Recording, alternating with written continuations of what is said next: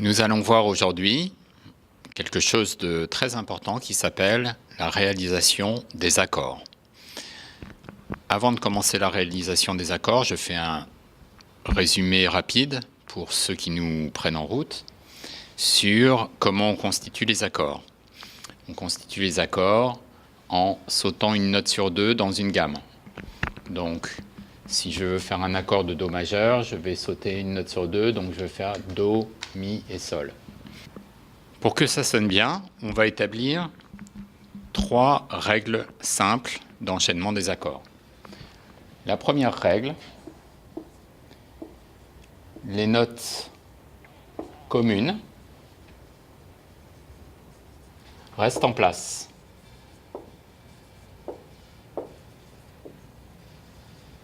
La deuxième règle,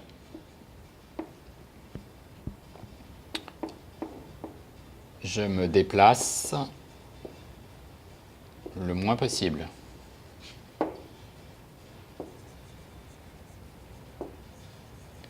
Et la troisième règle,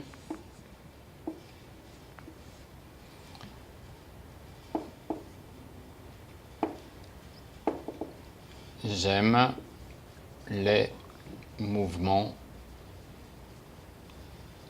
contraires. Alors, qu'est-ce que c'est qu'un mouvement contraire? Eh bien, ça, c'est un mouvement contraire. Je m'éloigne, je me rapproche, c'est un mouvement contraire. Par contre, ça, c'est un mouvement parallèle. Les deux vont dans le même sens. Donc, en hauteur de note, par exemple, si les notes s'écartent ou si elles se rapprochent, c'est un mouvement contraire. Par contre, si tout l'accord monte et tout l'accord descend, c'est un mouvement parallèle. J'aime le mouvement contraire. Chaque fois que je le peux, je favoriserai le mouvement contraire. Alors maintenant, on va regarder ce qui se passe dans des enchaînements d'accords simples. Alors, si j'ai Do majeur, Fa majeur, La mineur, Ré mineur, Sol et Do. Voilà.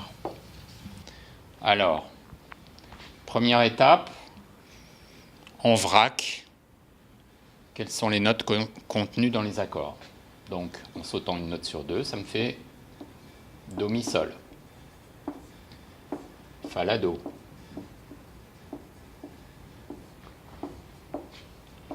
La, Do, Mi. Ré, Fa, La.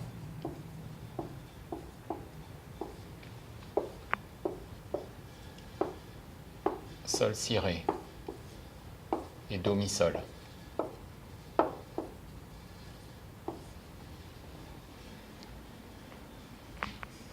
Seulement voilà, si je veux que ça sonne bien, les notes communes restent en place. Or là, ma note Do, qui était en bas, se retrouve en haut, puis se retrouve au milieu. Ce qui fait que je vais me retrouver avec des mouvements parallèles qui vont sonner un peu durement. Je vais chercher une solution meilleure. Je pars toujours de Do, Mi, Sol. Mais ici, je dis, les notes communes restent en place. Donc le Do qui est là, eh ben, il reste en bas. Ensuite, ici, le Mi, il peut aller soit vers le La, soit vers le Fa. Mais je me déplace le moins possible. Donc je ne vais pas faire du Mi au La, je vais faire du Mi au Fa qui est juste à côté. Donc du Mi au La, c'est loin, alors que du Mi au Fa, c'est tout près. Donc je vais faire Do, Fa, et puis le La va venir ici. Ça sonnera tout de suite beaucoup mieux. Ensuite, je vais sur mon La mineur. Les notes communes restent en place, donc le travail est presque fait. Le Do reste en place, le La reste en place. J'ai juste à changer le Mi. Ensuite, le Ré mineur. Qu'est-ce que j'ai comme note commune? J'ai le La. Je me déplace le moins possible. Le Mi va vers le Fa. Et le Do va vers le Ré. Voilà. Ici, toujours le même principe. La note commune reste en place. Je me déplace le moins possible. Donc, Ré, Sol, Si. Voilà. Et ici, la note commune reste en place. Donc, le Sol est ici. La note la plus proche, le Mi. Et la note la plus proche, le Do. Alors, je remarque une chose. C'est que je suis parti d'un Do qui était Do, Mi, Sol. Et j'aboutis sur un Do qui est Mi, Sol, Do. Si je boucle, je ne vais pas garder les notes communes. Ici, dans mon exemple, ce n'est pas très grave, parce que c'est un Do qui va vers un Do, donc ce n'est pas très grave. Mais si c'était un problème, à ce moment-là, une solution, ce serait dans la même mesure de changer la position dans un deuxième temps, ici, de le changer en Do, Mi, Sol, parce que si c'est dans la même mesure, on peut accepter cette solution, dans la même mesure. Ce qui me permettrait de boucler avec la même position. On va regarder ça au piano. Alors, imaginons qu'il n'y ait pas de réalisation d'accords. Je fais mon enchaînement Do majeur, Fa majeur, La mineur, Ré mineur, Sol, Do. Ça me donnerait ça.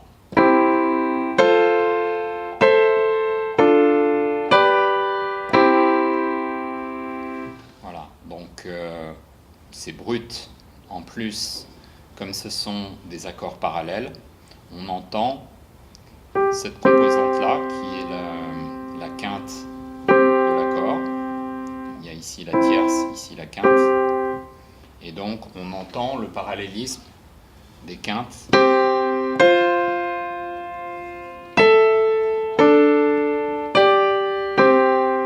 Voilà, ce qui fait que quand il y a toutes les notes, on entend encore cette sonorité.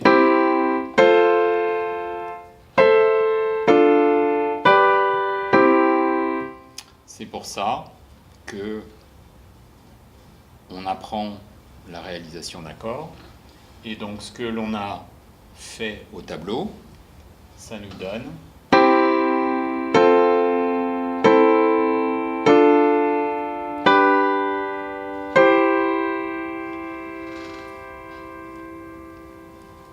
ce qui est déjà plus fluide. Et si je prends une sonorité avec, par exemple, des violons,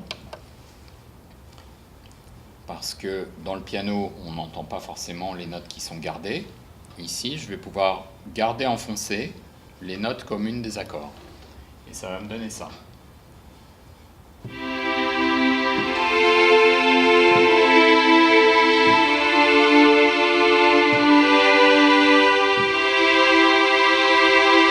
ce qui fait qu'à aucun moment, il n'y a de coupure de son. Alors que si je n'avais pas fait de réalisation d'accords, en sonorité violon, ça me donnait ça.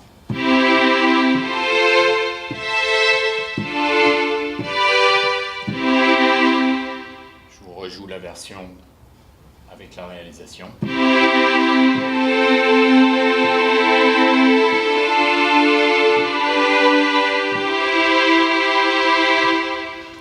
il y a une grosse différence.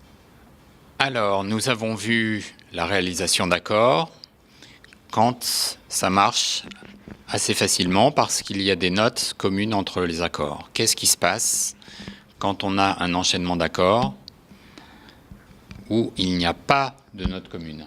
Alors je vous donne un exemple. Do, Ré mineur. Et ensuite, par exemple, La mineur, Sol majeur. Comment je vais faire? Je pars donc de Do mi sol. Je pourrais partir d'autre chose, mais mettons que je parte de Do mi sol.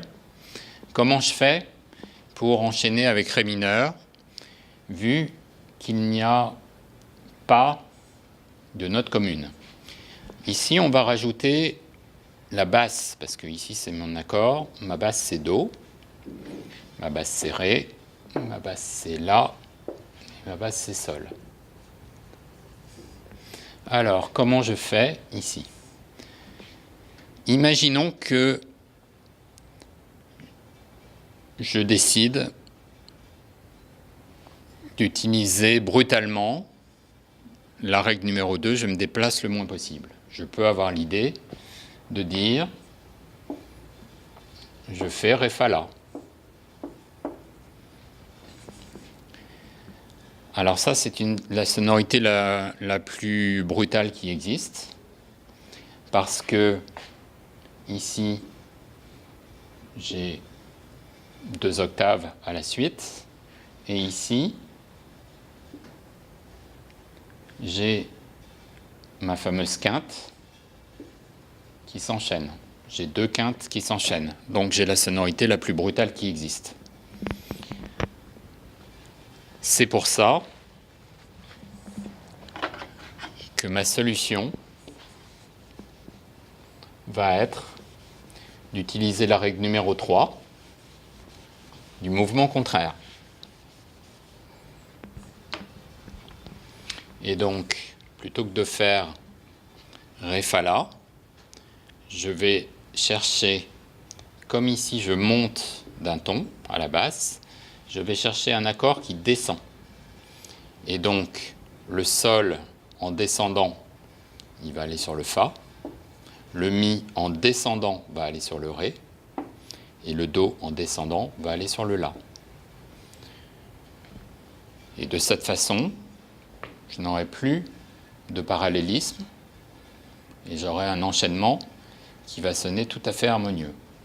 Ensuite, entre le Ré mineur et le La mineur, bon, là, on est de nouveau dans un cas où il y a des notes communes. Donc, le La reste en place. Je prends les notes les plus proches. Pas de difficulté. Une fois que j'arrive sur mon La mineur, j'ai de nouveau 2 accords qui n'ont pas de notes communes. Si j'ai la mauvaise idée de faire Sol, Si, Ré, j'ai de nouveau 2 octaves ici, La, La, Sol, Sol, mais j'ai aussi La, Mi, une quinte qui s'enchaîne avec Sol, Ré. Donc une sonorité brutale. Qu'est-ce que je fais? J'utilise la règle numéro 3, le mouvement contraire. Étant donné que la basse descend, du La descend au Sol, je vais faire des accords qui montent. Et donc, je vais prendre la note la plus proche en montant. La note la plus proche du Mi en montant, c'est le Sol. La note la plus proche du Do en montant, c'est le Ré. Et la note la plus proche du La en montant, c'est le Si. Voilà la façon la plus fluide d'enchaîner des accords qui n'ont pas de note commune. Donc, pour enchaîner Do majeur, Ré mineur, La mineur, Sol, si je fais de façon parallèle, ça me fait ça.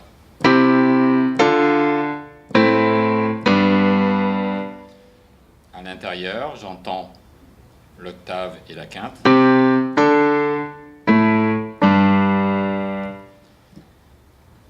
C'est une sonorité très dure. Si j'utilise le mouvement contraire,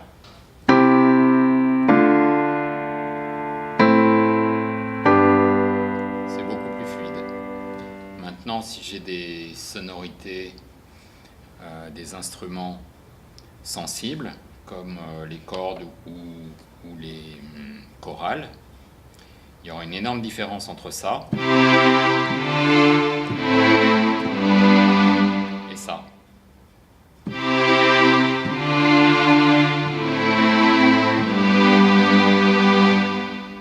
Voilà. Grâce au mouvement contraire, je peux adoucir l'enchaînement entre deux accords qui n'ont pas de note commune.